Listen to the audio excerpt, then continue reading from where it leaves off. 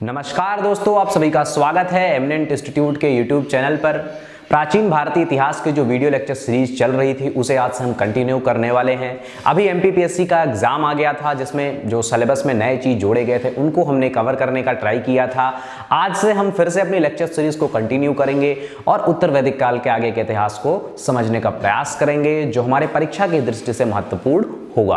तो पिछले लेक्चर में हम बात कर रहे थे उत्तर वैदिक काल के बारे में। उत्तर वैदिक काल हमारा समाप्त हो चुका था। आज हम 6वीं शताब्दी ईस्वी पूर्व के टाइम पे जो भारत में सामाजिक एवं आर्थिक परिवर्तन हुए, सामाजिक और धार्मिक परिवर्तन हुए। आर्थिक तो होंगे क्योंकि सामाजिक परिवर्तन के साथ साथ ही अर्थशास्त्र भी जुड़ा हुआ है। तो जो सामाजिक और धार्मिक परिवर्तन हुए उनके बारे में बात करेंगे और इनकी पृष्ठभूमि कैसे निर्मित हुई या फिर ये परिवर्तन इतिहास में क्यों हुए, इनके बारे में समझने का प्रयास करेंगे।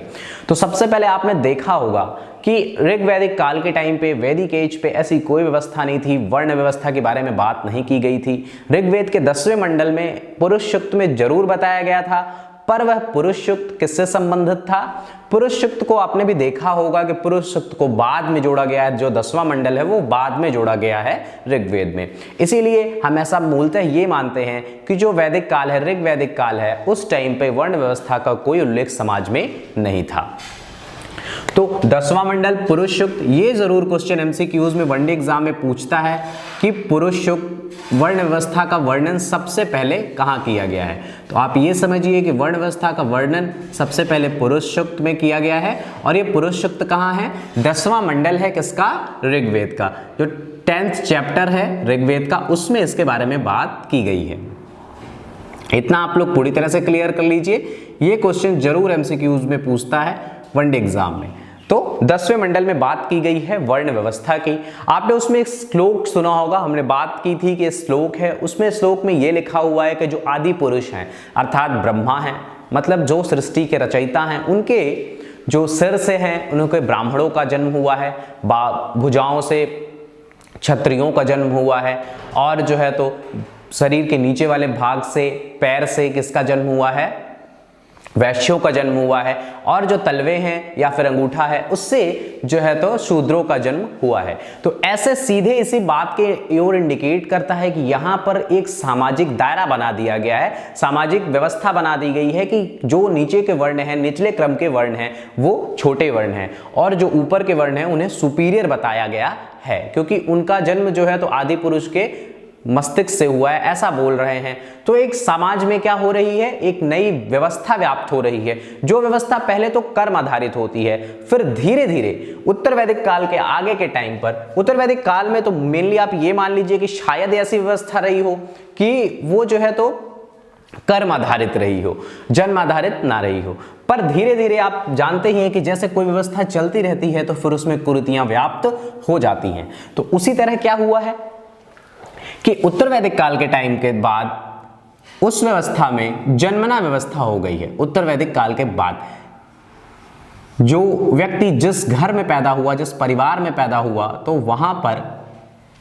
वहां पर उसी का जाति, उसी की जो जाति है, उसी का जो वर्ण है, उस घर का, वही उसका माना जाता था। इससे पहले शायद कर्माधारित रहा होगा। अब क्या हुआ कि अगर किसी ब्राह्मण का बच्चा है तो वो ब्राह्मण जो प्रिविलेजेस, जो उन्हें विशेष व्यवस्था ब्राह्मण को मिली हुई थी, समाज में स्थान मिला हुआ था, तो ब्राह्मण यही चाहता था कि वही स्थान हमारे बच्चों को भी मिले, चाहे वह कोई व्यवसाय क्यों ना अपनाए। तो क्या हो गया है, या फिर ऐसा बोल दिया गया है कि अगर उसके बच्चे का इंटरेस्ट भी नहीं है उस क्षेत्र में, फिर भी उसे वही काम करना पड़ रहा था जो उसके पूर्वज या फिर पिता के द्वारा किया जा रहा था। तो इस तरह क्या हुआ कि जो वर्ण व्यवस्था थी वह जन्म आधारित हो गई। तो अब जो शूद्र का बच्चा था वो हमेशा ही शूद्र रहने वाला था, चाहे वो कर्म अपना आगे चलकर परिवर्तित ही क्यों ना कर दे, तो भी वह शूद्र रहने वाला था। और जो ब्राह्मण एवं क्षत्रिय थे वो भी अपने क्लैन में ही बने रहना चाहते थे क्योंकि इनको विशेष सुविधाएं प्रदान थी, उन्हें करों में छूट थी, उन्हें जो है तो लैंड में कर नहीं देना पड़ता था, खेती नहीं करनी पड़ती थी, पशुपालन नहीं करना पड़ता था, और ये सब काम सिर्फ इन दो वर्णों के मध्य आता था जो वैश्य और शूद्र थे।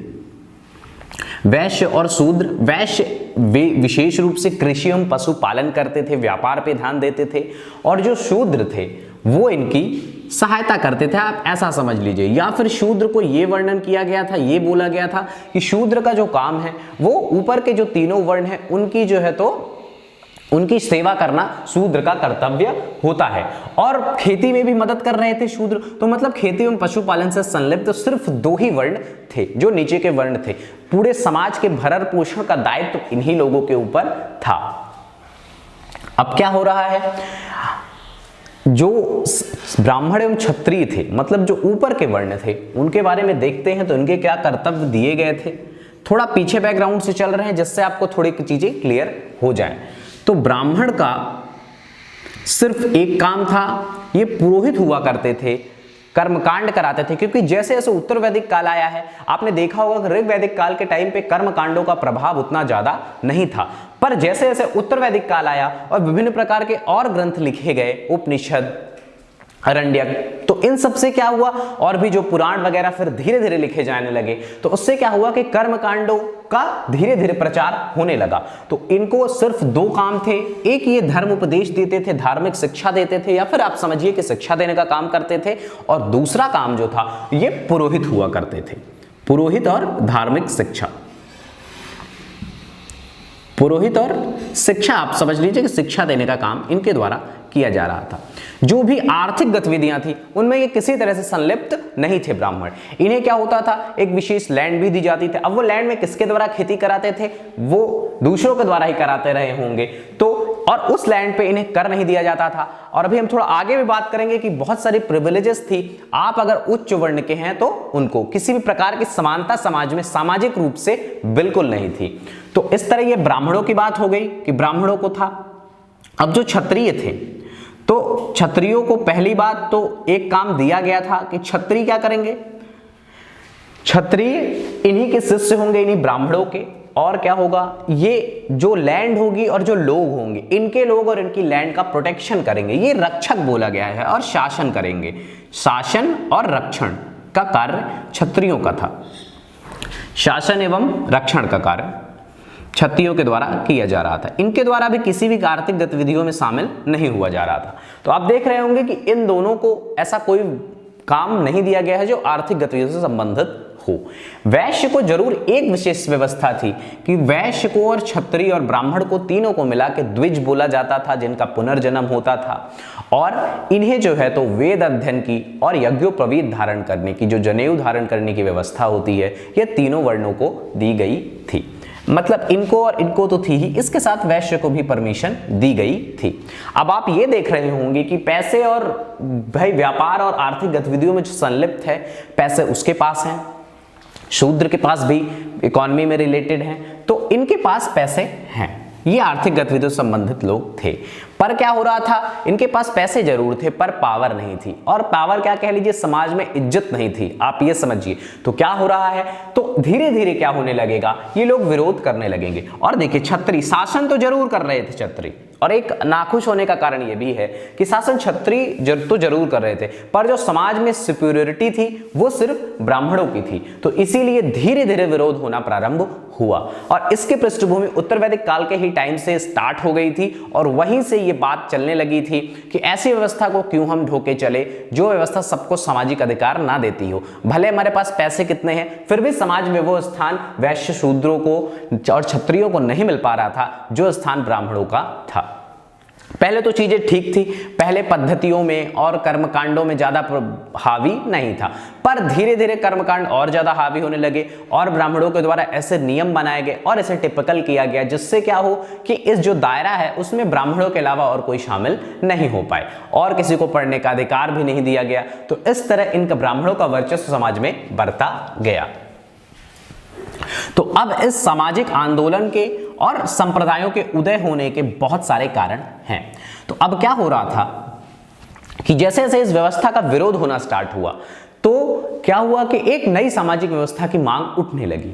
अब जैसे किसी पुरानी चीज को अगर खत्म करना होता है तो लोगों को जीने के लिए एक दूसरी चीज या फिर दूसरी चीज तो चाहिए ना, जिसमें वो जिसके थ्रू वो काम कर पाए। तो यहां पर बहुत सारे धार्मिक संप्रदायों का उदय हुआ। 6वीं शताब्दी ईस्वी पूर्व के टाइम पर भारत में बहुत सारे धार्मिक संप्रदायों का उदय हुआ। बहुत सारे धार्मिक संप्रदाय फिर विभिन्न धर्मों में मिल गए जाके, कुछ हिंदू में चले गए, कुछ बौद्ध में, पर जब स्टार्ट हुए थे तो बहुत सारे धार्मिक संप्रदाय बने। तो आप 62 धार्मिक संप्रदाय उस टाइम पे बने। इन्होंने क्या प्रॉमिस किया? अब ये जो 3 वर्ण नाखुश थे, जिनमें सबसे ज्यादा नाखुश थे शूद्र, वैश्य और क्षत्रिय। शूद्र वैश्य सबसे ज्यादा नाखुश थे क्योंकि उनकी स्थिति बहुत ही खराब थी। तो उन संप्रदायों ने इन 62 संप्रदायों ने ये प्रॉमिस किया कि हम आपको एक इससे बेहतर व्यवस्था उपलब्ध कराएंगे। ये जो व्यवस्था चली आ रही है, जो धार्मिक और वैदिक व्यवस्था चली आ रही है, जो कर्म कांडों का चक्र है, हम उससे दूर ले जाएंगे और एक अच्छी व्यवस्था आपको उपलब्ध कराएंगे। तो इन 62 संप्रदायों का उदय हुआ भारत में और धीरे धीरे ये चलते रहे। कुछ दिनों के बाद हुआ कि ये सब संप्रदाय आपस में मिल गए, कुछ बौद्ध धर्म मिल गए, कुछ जैन धर्म मिल गए। तो इनमें मेन संप्रदाय जो 2 आते हैं, बौद्ध धर्म और जैन धर्म। ये धर्म प्रिवेल करते हैं, आज तक आपने सुने होंगे। भारत में तो बौद्ध धर्म बहुत कुछ हद तक, काफी हद तक समाप्त हो चुका है, पर जो प्रचार प्रसार दुनिया में हुआ वहां पर काफी मात्रा में बौद्ध धर्म है। बौद्ध धर्म एवं जैन धर्म, यही 2 धर्म इस संप्रदायों से बचते हैं और बने रहते हैं। बाकी 2 धर्म, बाकी जो संप्रदाय थे वो सब समाप्त हो जाते हैं धीरे धीरे, या फिर दूसरे में मिल जाते हैं। तो अब हम इसी संप्रदायों का उदय किया हुआ इनके बारे में बात करेंगे। तो सबसे पहले बात करेंगे वर्ण व्यवस्था के जो सिस्टम था, कर्मकांडों का जो सिस्टम था, उनके बारे में कि उनके कारण क्या समस्या उत्पन्न हुई, जिसके कारण इन संप्रदायों का उदय हुआ। और ऐसा नहीं था कि जो अभी क्या होगा कि जेंडर की इक्वेलिटी की बात भी होगी। अभी तो हम जाति वर्ण की बात कर रहे थे, अभी हम देखेंगे पुरुष और महिलाओं की स्थिति में भी दिक्कत थी। चाहे वह महिला किसी के भी घर की हो, चाहे किसी उच्च कुल की हो या निम्न कुल की हो, महिलाओं की स्थिति उत्तर वैदिक काल के टाइम के बाद से खराब होना स्टार्ट हो गई थी। तो सबसे पहले हम वर्ण व्यवस्था की बात करते हैं। तो जो हमारी वर्ण व्यवस्था है, हमने देखा अभी कि वर्ण व्यवस्था में क्या हो रहा था कि जो ऊपर के वर्ण थे, जो सुपीरियर थे, उन्हीं की बात की गई थी। पुरोहित शिक्षा दे रहे थे और जो धर्म पर अधिकार था ब्राह्मणों का, और इनके द्वारा ही सारी चीजें चलाई जा रही थी। और क्षत्रिय को क्या चाहिए थी? क्षत्रिय को ब्राह्मणों से मान्यता चाहिए थी, क्योंकि धर्म का शासन चलाना था, लोगों में एक्सेप्टेंस चाहिए थी। इसीलिए अगर ब्राह्मण सपोर्ट कर रहा है, पहले ऐसी कंडीशन थी, तो इसीलिए पैट्रोनेज भी दिया गया, ब्राह्मणों को संरक्षण भी दिया गया, बहुत सारी लैंड दी गई, बहुत सारी व्यवस्थाएं की गई। पर धीरे धीरे क्या हुआ? क्षत्रियों के अधिकार ही जाने लगे। तो यहां पर वैश्य और शूद्र के मध्य जो कन्फ्लिक्ट है, इस स्थिति के बारे में समाज में और जो वैदिक ग्रंथ है उनमें बहुत बात नहीं की गई है। पर क्या हुआ है, जो क्षत्रिय एवं ब्राह्मणों के बीच में जो संबंध है या फिर युद्ध की स्थिति है, संघर्ष की स्थिति है, इसके बारे में इन ग्रंथों में बहुत बार बात की गई है। और इन्हीं के साथ साथ जैसे शूद्रों की स्थिति थी, तो शूद्रों के साथ ही महिलाओं की स्थिति भी थी। महिलाओं की स्थिति भी बहुत ज्यादा खराब थी। पहले आपने देखा होगा ऋग वैदिक काल के टाइम पर महिलाओं की स्थिति अच्छी थी। उस टाइम पर महिलाओं को वेदाध्ययन करने की भी परमिशन थी। आपने एक बुक पढ़ी होगी, अगर सुनी भी होगी, मेलुहा के मृत्युंजय, इमॉर्टल्स ऑफ मेलुहा, अमीश त्रिपाठी की बुक है। वो पुराने बैकग्राउंड पे ही लेके बनी हुई है बुक। तो उसमें भी दिखाया गया है, वो पुराने समय की बात है, उसमें दिखाया गया है कि जो वहां पर गर्ल्स हैं या फिर महिलाएं हैं, लेडीज हैं, उनको भी यज्ञोपवीत धारण करने की परमिशन है, उन्हें भी जो है तो शिक्षा हासिल करने की परमिशन है। ये सब परमिशन पहले ऋग वैदिक टाइम पे हुआ करती थी। पर जैसे जैसे उत्तर वैदिक काल आता गया तो महिलाओं की स्थिति खराब होती गई। चाहे वह किसी भी वर्ण की हो, इससे कोई मतलब नहीं है, महिलाओं की स्थिति खराब हो गई। उन्हें न यज्ञोपवीत धारण करने दिया गया और ना ही उन्हें समाज में अच्छा स्थान दिया गया, और वेद अध्ययन से भी उन्हें दूर रखा गया। पहले जो है तो लोपामुद्रा, गार्गी, मैत्रेयी, ऐसे आपने नाम जरूर सुने होंगे। ऋग वैदिक काल के टाइम की जो महिलाएं हैं, जो विदुषी हुआ करती थी, तो उन्हें इस तरह के अधिकार थे। पर उत्तर वैदिक काल आते आते महिलाओं की स्थिति भी शूद्रों के समान ही हो गई है समाज में, और एकदम से उनकी स्थिति खराब हो गई। तो महिलाओं में भी काफी असंतोष व्याप्त था कि हम एक ऐसी व्यवस्था चाहते हैं जिसमें सब कुछ ठीक हो, कम से कम बराबर के राइट नहीं, पर कुछ जीने के अधिकार और कुछ अच्छे राइट सभी को प्रोवाइड किए जाएं। तो एक अच्छी, इससे अच्छी व्यवस्था जो हमारे ब्राह्मणवादी व्यवस्था थी, उससे कुछ अतिरिक्त व्यवस्था की चाहत सबको थी, सिर्फ ब्राह्मणों को छोड़कर बाकी वर्ण भी चाहते थे। आप ये भी देखेंगे कि क्षत्रियों के द्वारा ही बहुत सारे वर्णों की स्थापना की गई, और उनमें जो मुख्य धर्म थे, जैन धर्म एवं बौद्ध धर्म, ये दोनों क्षत्रियों के द्वारा, क्योंकि जैन के जो महावीर थे और गौतम बुद्ध थे, उनके द्वारा वो दोनों भी क्षत्रिय क्लैन से ही संबंधित थे। तो यहां पर वर्ण व्यवस्था के देखा हमने। अभी हम ये देखेंगे कि धीरे धीरे क्या हो रहा है, धीरे धीरे अब सबसे मुख्य कारण, ये तो एक सामाजिक कारण हो गया कि नई व्यवस्था की शुरुआत हुई क्योंकि एक सामाजिक कारण था, पर जो सबसे बड़ा कारण था अगर वो नहीं होता तो फिर ये सामाजिक असंतोष चाहे रहता ही फिर भी कोई बात नहीं की जाती। तो अब हम उस सामाजिक असंतोष को साथ साथ ही हम बात करते हैं, जो भौगोलिक कारण था, जो मुख्य कारण था, उसके कारण बात करेंगे लौह अयस्क की, कृष्ण अयस्क जिसके बारे में बात की थी हमने, अर्थात लोहे की खोज की। उत्तर वैदिक काल आते आते लोहे की खोज हो गई थी। लौह अयस्क, अब आपने देखा होगा कि जब तक इंसान का पेट नहीं भरा रहता है तब तक चीजें उसको ठीक लगती हैं, पर जैसे ही वह पेट भर जाता है उसका तब वह सोचने लगता है। तो अभी तक क्या हो रहा था, उत्तर वैदिक काल के टाइम पर इंसान के पास खाने के लिए सरप्लस में नहीं था, उत्पादन सरप्लस में नहीं हो रहा था, अधिशेष में हम नहीं उगा रहे थे, सिर्फ हमारा जीविकोपार्जन हो रहा था पशुपालन के माध्यम से या फिर थोड़े बहुत कृषि के माध्यम से। क्योंकि जो लैंड था, आप देख पा रहे होंगे कि जो लैंड था, ऐसा कुछ समझ लीजिए, ये जो एरिया था इधर का, यहां पर ये बसना था। भारत का जो एरिया था, पूर्वी उत्तर प्रदेश, उत्तरी बिहार, ये वाला जो एरिया था, यहां पर इस सभ्यता को विकसित होना था। पर इस सभ्यता के विकसित होने में सबसे बड़ी प्रॉब्लम क्या थी उस टाइम पे? तो सभ्यता को विकसित होने में सबसे ज्यादा समस्या ये थी क्योंकि हमारे पास जो औजार थे, तो अभी सिर्फ हमारे पास एक धातु थी तांबा, और बाकी जो औजार थे वो हड्डियों एवं पत्थरों के थे। हड्डी एवं पत्थर, इन्हीं के औजार हमारे पास उपलब्ध थे। पर जो यहाँ का लैंड था, तो यहाँ पर वर्षा उस टाइम पे 100 सेंटीमीटर हो रही थी, 100 सेंटीमीटर से ज्यादा औसत वर्षा हो रही थी। तो जो पेड़ थे, बहुत घने जंगल थे, फर्टाइल लैंड था, बहुत घने जंगल थे, गंगा का क्षेत्र है ये। तो यहाँ पर खेती करना, पेड़ों को काटने के लिए पहले पेड़ों को काटना पड़ता, किस चीज के लिए? जमीन के लिए, जहां पर हम खेती करेंगे, और खेती करने के लिए, हल चलाने के लिए एक मजबूत धातु की जरूरत थी जिससे हम खेती कर पाए, हल चला पाए। तो वो धातु मनुष्य के पास नहीं थी। तो जब खाने को नहीं रहता, जब संपन्न नहीं रहता व्यक्ति, तब बहुत सारी थिंकिंग क्रिएट नहीं होती है। जो समाज में जो आपने देखा कि असंतोष व्याप्त हुआ, तो वो असंतोष व्याप्त था पर कम मात्रा में, क्योंकि अभी आदमी संपन्न ही नहीं हुआ था। पर जैसे ही लौह अयस्क की खोज होती है और ये सब अबॉलिश हो जाते हैं, और क्या हो जाता है, जो लैंड थी हमारी, वहां पर रहना, वहां पर खेती करना, वहां पर खेती के लिए लैंड बनाना इजी हो जाता है लोहे के कारण। तब से लोगों को जब सरप्लस में उगाने लगे हैं, हम खेती अधिशेष में उगा रहे हैं, बहुत ज्यादा पशुओं को पाल रहे हैं, तो इन सब चीजों को जब हम करने लगेंगे और जब इंसान संपन्न हो जाता है सामाजिक रूप से और आर्थिक रूप से भी, तो फिर नई नई चीज, तो फिर जो ये असंतोष था हमारा, सामाजिक असंतोष, महिलाओं, शूद्रों, क्षत्रियों में, वैश्यों में, ये सब आगे चलकर बढ़ता गया।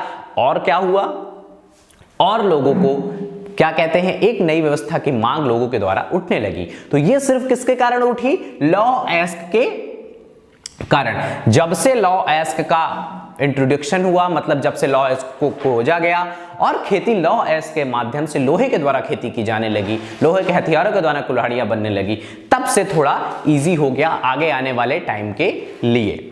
ठीक है, तो यह एक मुख्य कारण है और इस कारण को आपको जरूर याद रखना है कि जो भी आंदोलन हुए, जो भी धार्मिक एवं सामाजिक परिवर्तन हुए, वह सिर्फ लोहे के कारण, लोहे की उपलब्धता के कारण ही पॉसिबल हो पाए। अब क्या हो रहा है, एक और बात करेंगे कि नए शहरों का निर्माण हुआ, तो जो है तो इजी हो गया थोड़ा। उससे पहले थोड़ा सा ये देख लेते हैं कि जो नवीन, अब ये लोहे के प्रयोग के कारण जो नवीन अर्थव्यवस्था इंट्रोड्यूस हुई थी, नवीन कृषि अर्थव्यवस्था, उसके कारण किस तरह जो है तो मांग उठने लगी नए धर्म की या फिर नई व्यवस्था की, उसको देखते हैं। नवीन कृषि संस्कृति,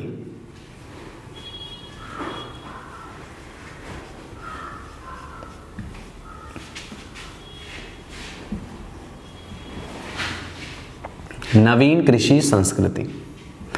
अब जो नवीन कृषि संस्कृति थी, आप पहले देख रहे होंगे कि क्या हो रहा है कि एक्स्ट्रा जो है सरप्लस अधिशेष में हम उगा नहीं रहे हैं, पशुपालन पे ज्यादा ध्यान नहीं दे रहे हैं, क्योंकि क्या है, हमारे पास लौह अयस्क नहीं है, फिर ऐसी कोई मजबूत धातु नहीं है जो प्रचुर मात्रा में खेती कर पाए। पर क्या हुआ, जैसे ही लोहे की खोज हुई तो हम अब खेती प्रचुर मात्रा में कर पा रहे हैं, खेती को ज्यादा इंपॉर्टेंस दिया जाने लगा। पशुपालन से हटके अब हम किस पे आ गए थे, अब हम खेती करने लगे थे। तो खेती करने के लिए हमें पशुधन की ज्यादा आवश्यकता होती है, क्योंकि उस टाइम पे ये जब आज का औद्योगिक युग था नहीं कि वहां पर ट्रैक्टर और बाकी सारी चीजें उपलब्ध हों, तो खेती के लिए हम पशुओं पर डिपेंडेंट थे। तो यहां पर सबसे इंपॉर्टेंट था हमारे लिए पशुधन। पशुधन का अत्यधिक महत्व था जब हम खेती वाली अर्थव्यवस्था में सीधे आ गए, और भोजन के लिए भी पशुधन का उपयोग करते थे, पशुओं को भी मांस भी खा रहे थे हम, तो हमारे लिए पशुधन इंपॉर्टेंट था। पर जो वैदिक कल्चर है का, जो वैदिक कल्चरों के कर्मकांड है, उसने आपने देखा होगा कि वहां पर बलि की बात की गई है, बहुत सारे पशुओं की बलि दी गई और बलि को बहुत महत्व दिया गया। तो इससे क्या हुआ कि जब पशुओं की बलि दी जाने लगी तो इनकी संख्या धीरे धीरे संख्या कम हो गई, कम संख्या होने लगी। तो अब क्या हुआ, अब हमें जब नई कृषि है, संपन्न हो गए हैं हम, कृषि अधिक मात्रा में करनी है, तो हमें क्या चाहिए, उसके लिए एक ऐसी व्यवस्था चाहिए जो कम से कम पशुओं की बलि ना देता हो, पशुओं का प्रोटेक्शन करता हो। ऐसे धर्म की मांग उठने लगी, ऐसी व्यवस्था की मांग उठने लगी जो वैदिक व्यवस्था से इतर हो। तो क्या हुआ, तो ये भी एक मुख्य कारण बनता है लोगों के सपोर्ट का, क्योंकि लोग क्या कर रहे थे, लोग मेनली खेती में इन्वॉल्व थे, पशुपालन में इन्वॉल्व थे, और अगर उन्हें पशुओं की हत्या की गई तो ना खेती डेवलप हो पाएगी और पशुपालन तो पॉसिबल ही नहीं होगा। तो इसीलिए क्या किया गया, इसीलिए लोगों के द्वारा एक नए धर्म की बात की गई। तो आपने ये भी देखा होगा कि जो जैन धर्म है और बौद्ध धर्म है, दोनों अहिंसा की बात करते हैं और पशुओं की रक्षा की बात करते हैं, और किसी भी प्रकार की बलि जैसी कोई कर्मकांड वाली व्यवस्था वहां पर नहीं है। तो ये जो संप्रदाय उदयित हुए, तो इनमें जो विशेष बातें हैं वो सामाजिक स्तर से ही ली गई हैं, कि अगर यहां पर समाज में मांग है कि पशुधन को प्रोटेक्ट किया जाएगा, तो जो नया धर्म आया है उसके द्वारा ये चीज व्यवस्था अपने यहां लागू की गई।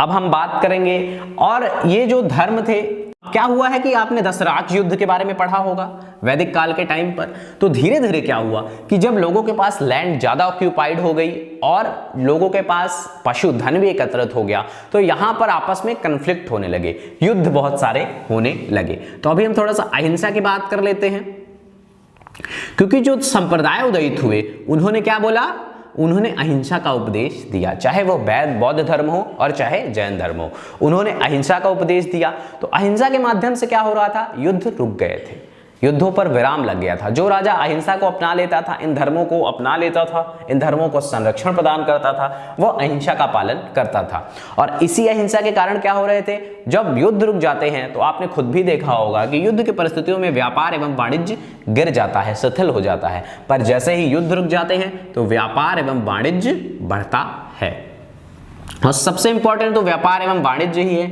युद्ध से तो लोगों का पेट भरता नहीं है, कृषि जो है तो फलीभूत होती है, तो व्यापार एवं वाणिज्य में उत्थान होता है अहिंसा से।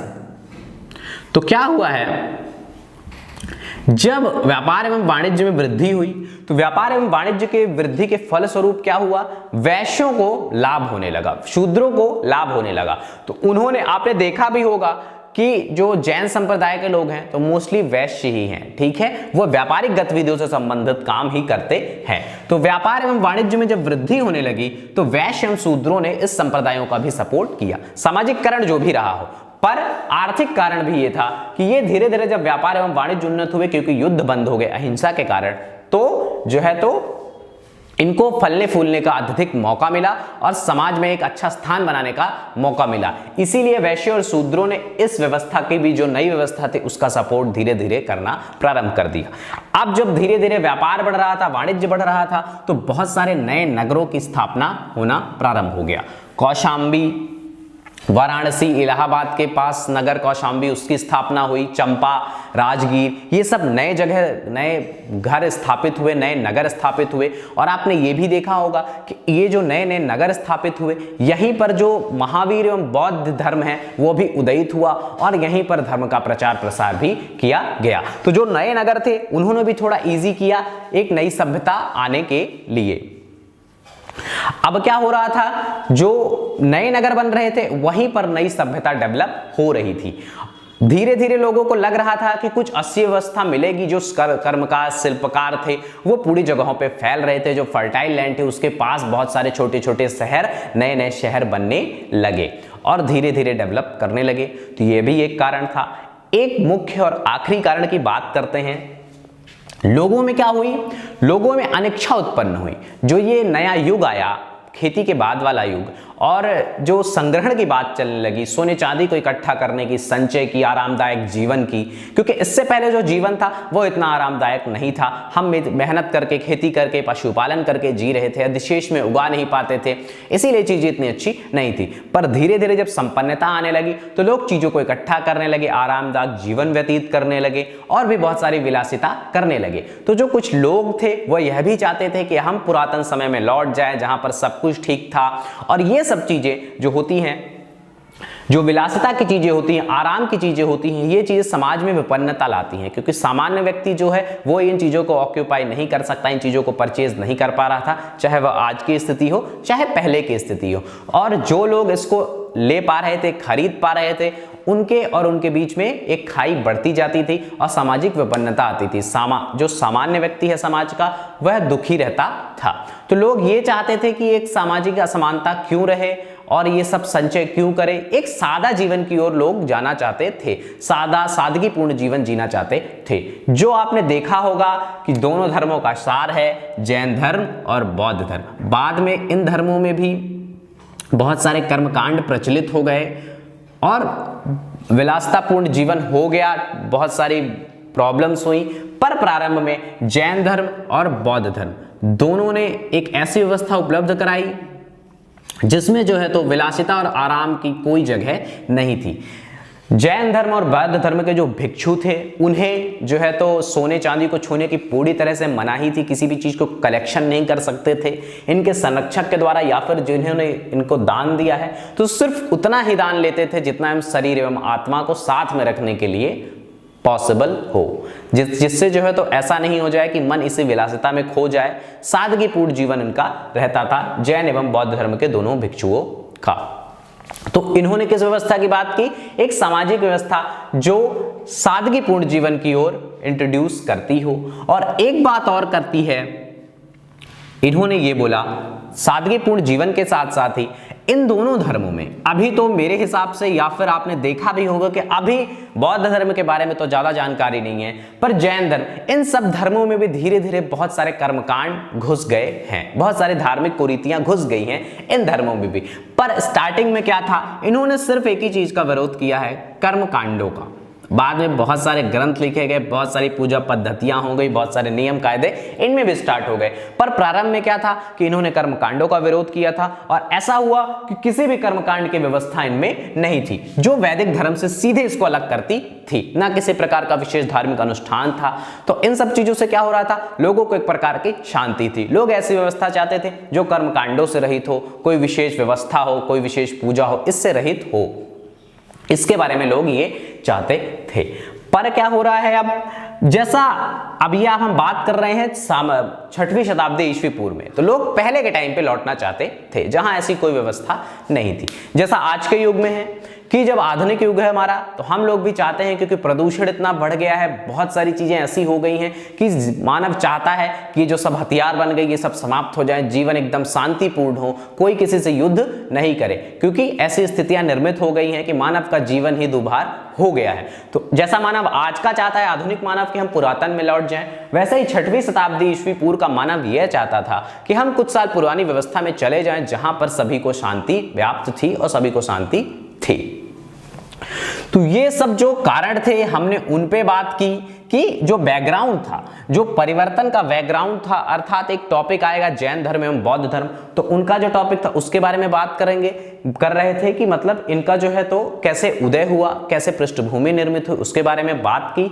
और आगे के लेक्चर में हम इन्हीं जैन धर्म और बौद्ध धर्म को समझने का प्रयास करेंगे। तो आज का लेक्चर यहीं पे समाप्त करते हैं। आपको हमारे वीडियोस कैसे लग रहे हैं प्लीज कमेंट करके बताइए। हमारे चैनल पे बने रहिए, हमारे चैनल को शेयर कीजिए। धन्यवाद।